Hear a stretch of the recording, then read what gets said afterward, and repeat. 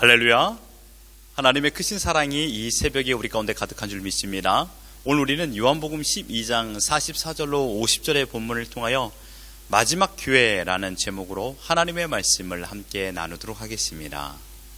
예수님께서 예루살렘에 입성하고 나서 예수님을 믿지 않는 유대인들과의 만남과 그들에게 예수님 자신을 다시금 소개하셨습니다.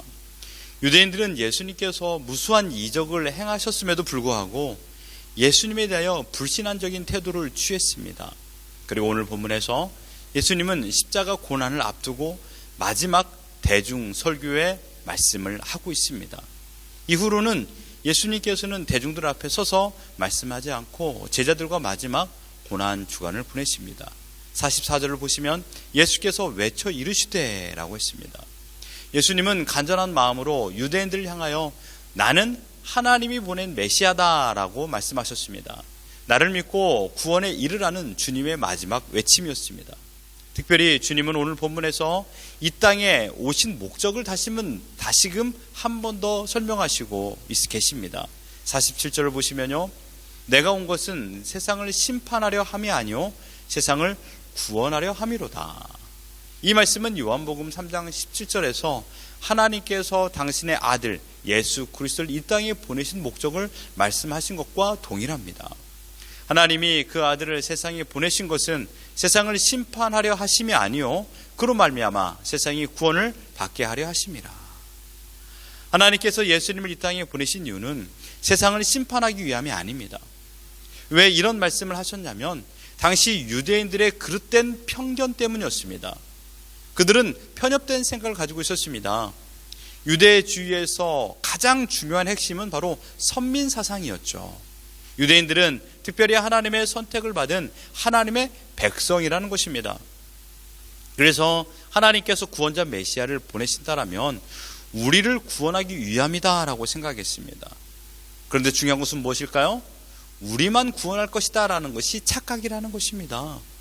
예수님은 이 세상에 유대인들만 구원하기 위하여 오신 분이 아닙니다.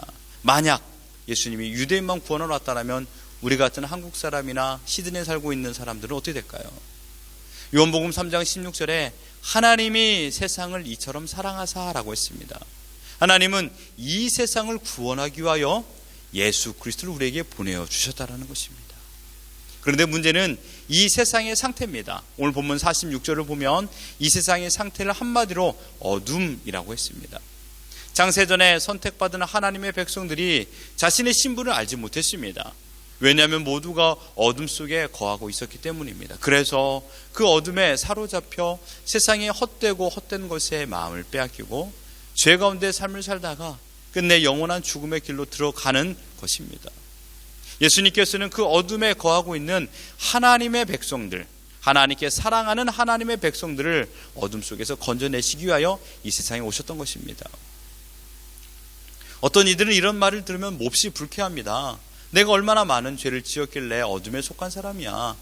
나처럼만 살면 세상은 깨끗하고 순수해질 거야 라고 말합니다. 그러나 에베소서 5장 8절에 우리의 정체를 이렇게 표현하고 있습니다. 너희가 전에는 어둠이더니 이제는 주 안에서 빛이라 빛의 자녀들처럼 행하라. 아주 중요한 말씀입니다. 우리의 삶의 모든 초석, 근간은 어둠이 아닙니다. 예전에는 어둠이었죠. 그러나 이제는 빛이라는 것입니다. 빛의 자녀처럼 살아라라고 말하고 있습니다. 여기에 말하는 대상은요, 모든 사람들입니다. 모든 사람이 죄를 범하였기 때문에 어둠에 속하지 않은 사람은 단 한 사람도 없습니다. 사도 요한은 어둠과 인간과의 관계를 이렇게 표현했습니다. 요한복음 1장 5절에 빛이 어둠에 빛이 돼 어둠이 깨닫지 못하더라. 생명의 빛이 이 땅에 오셔서 어둠의 영역에 빛을 발하였지만 어둠은 빛을 두려워했고 어둠은 빛을 미워했습니다. 생명을 증거하기 위하여 빛으로 어둠의 땅에 임하셨지만 그 어둠들은 자신들의 행악이 빛으로 인하여 드러내는 것을 싫어했습니다. 가령 예를 들어본다면 주방을 열심히 청소했습니다. 깨끗하게 닦인 부분이 있고 그에 반면 적당히 닦인 데도 있습니다. 잘 닦이지 않아서 때가 그대로 남은 부분이 있다고 생각해 보십시오. 원래 양쪽이 다 더러웠습니다. 그런데 한쪽만 깨끗해져 보이니 상대적으로 더러운 것이 더 더러워 보이게 되는 것입니다.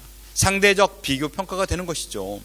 그래서 어둠에 있던 사람들이 빛으로 말미암아 누구는 깨끗해지고 누구는 더러움에 있는 것이 폭로되는 것이 싫어서 근본 원인을 제거하려고 합니다. 모두가 어둠에 거하면 내가 더러운지 너가 깨끗한지를 알지 못하지 않습니까? 청소를 하지 않고 살면 양쪽 면이 다 더럽기 때문에 누가 더 더러운지 알지 못합니다. 그래서 세상은 어둠을 원합니다. 그리고 어둠은 빛을 싫어할 수밖에 없는 것이죠. 지금 이스라엘을 비롯한 온 세계가 이러한 어둠 속에 거하고 있었으나 주님은 절망적인 현실 속에서 헤어나올 수 있는 길을 제시하셨습니다. 이것이 구원입니다. 여러분, 구원의 뜻이 무엇입니까? 건져내다라는 것입니다. 어둠에서 건져냄을 받은 것이 구원입니다. 건지시는 유일한 분이 바로 예수 그리스도이십니다. 어둠에서 건져질 수 있는 방법은 46절에 무릇 나를 믿는 자라고 했듯이 오직 빛으로 오신 예수님을 믿기만 한다라면 어둠에서 생명의 나라로 옮겨지는 것입니다. 이것이 어둠에서 빠져나올 수 있는 유일한 비상구입니다. 하지만 생명의 빛이신 예수님을 거부한다라면 어떻게 될까요? 그대로 어둠 속에 남아있게 마련입니다. 그 어둠은 아무런 소망이 없습니다. 그곳은 끝내 스스로 멸망에 이르는 길을 걷는 자들이 되는 것입니다. 예수님은 분명 세상을 구원하러 오셨지만 그 예수님께서 내민 구원의 손길을 거부하고 지속적으로 어둠에 거하기를 좋아한다라면 이들은 끝내 하나님의 공의의 심판을 받게 됩니다. 48절을 보십시오. 나를 저버리고 내 말을 받지 아니하는 자를 심판할 리가 있으니 곧 내가 한 그 말이 마지막 날에 그를 심판하리라. 계속적으로 구원의 메시지를 전달하신 예수님께서 이제는 완전히 반대되는 메시지를 전달하십니다. 이 메시지의 대상은 이스라엘 전체 유대인들이요 또한 이 시대에 살고 있는 모든 사람들을 말하고 있습니다. 이들은 예수님을 믿지 않고 불신하고 있었습니다. 불신자들이 마주할 최후는 하나님의 분노의 심판입니다. 하나님께서는 분명 세상을 사랑하셔서 구원자를 보내셨고 메시아 즉 구원자가 누구인가를 놀라운 기적을 통하여 예수님 자신이 스스로 자신을 보여주셨습니다. 그럼에도 불구하고 예수님을 거부하는 이들에게 하나님께서 베푸시는 더 이상의 긍휼은 없습니다. 유대 종교 지도자들은 예수님의 말씀을 무시하고 거부하였고 끝내 주님을 십자가에 죽이려는 가장 참혹한 죄를 범하게 되었습니다. 자신들이 무슨 죄를 지었는지 그들은 알지도 못하고 있었습니다. 오직 종교 지도자라는 자신들의 자리를 지키기 위한 최후의 수단으로 예수님을 죽이게 되었고 그 목적을 달성함으로 그들은 만족을 누렸을 것입니다. 하지만 유대 종교 지도자들의 최후는 어떠합니까? 하나님의 저주를 받아 지옥불에서 영원토록 고통을 받게 되는 것입니다. 로마서 2장에서 하나님의 엄중한 심판의 메시지가 나옵니다. 특별히 자신의 고집대로 살고 하나님을 거부하는 자들에게 임할 심판의 메시지가 5절에 말하고 있습니다. 다만 내 고집과 회개하지 아니하는 마음을 따라 진노의 날 곧 하나님의 의로우신 심판이 나타나는 그날에 임할 진노를 내게 쌓는도다. 유대 종교 지도자들과 유대인들이 떠오르지 않습니까? 그들은 철저하게 고집을 피웠고 회개하지 않았고 예수님의 구원을 거부했습니다. 그들의 행악으로 인하여 그들의 머리 위에 진노의 불을 쌓고 있는 것입니다. 사랑하는 성도 여러분, 지금 우리가 주님을 향한 믿음의 태도가 어떠한지를 다시금 본문의 말씀을 통하여 점검해 보기를 원합니다. 유대인들은 하나님의 존재에 대하여 알았습니다. 그러나 알기만 했습니다. 알므로 구원에 이르지 못합니다. 아는 것은 지식일 뿐입니다. 그 지식이 믿음으로 나타나지 않는다라면 상대방을 죽이는 가장 무서운 무기가 됩니다. 주님께서는 그러한 의미로 마태복음 23장 2절과 3절에 이렇게 말씀하셨습니다. 서기관들과 바리새인들이 모세의 자리에 앉았으니 그러므로 무엇이든지 그들이 말하는 바는 행하고 지키되 그들이 하는 행위는 본받지 말라. 그들은 말만 하고 행하지 아니하며 라고 했습니다. 자신들이 가지고 있는 지식으로 상대방을 평가하고 공경에 빠뜨리게 만드는 종교가 만든 무서운 괴물이 되어버렸습니다. 그러면서도 자신들은 하나님을 잘 섬긴다라고 착각하며 살고 있던 자들이었습니다. 예수님은 누구이십니까? 하나님께서 어둠에 건 백성들을 구원하기 위하여 보내신 유일한 생명의 빛이십니다. 그 예수님을 거부한다면 그 사람에게는 더 이상의 기회는 없습니다. 마지막 기회입니다. 마치 큰 유람선이 좌초되었을 때 생명을 지키는 유일한 수단은 구명선입니다. 그 구명선에 타지 않으면 깊은 바다에 잠기고 맙니다. 이 어둠의 시대에 하나님께서 마지막 기회로 보내신 분이 예수 그리스도이십니다. 예수님이 아니고는 다른 이는 우리를 구원할 수가 없습니다. 사도행전 4장 12절에 보면 다른 이로서는 구원을 받을 수 없나니 저나 사람 중에 구원을 받을 만한 다른 이름을 우리에게 주신 일이 없습니다.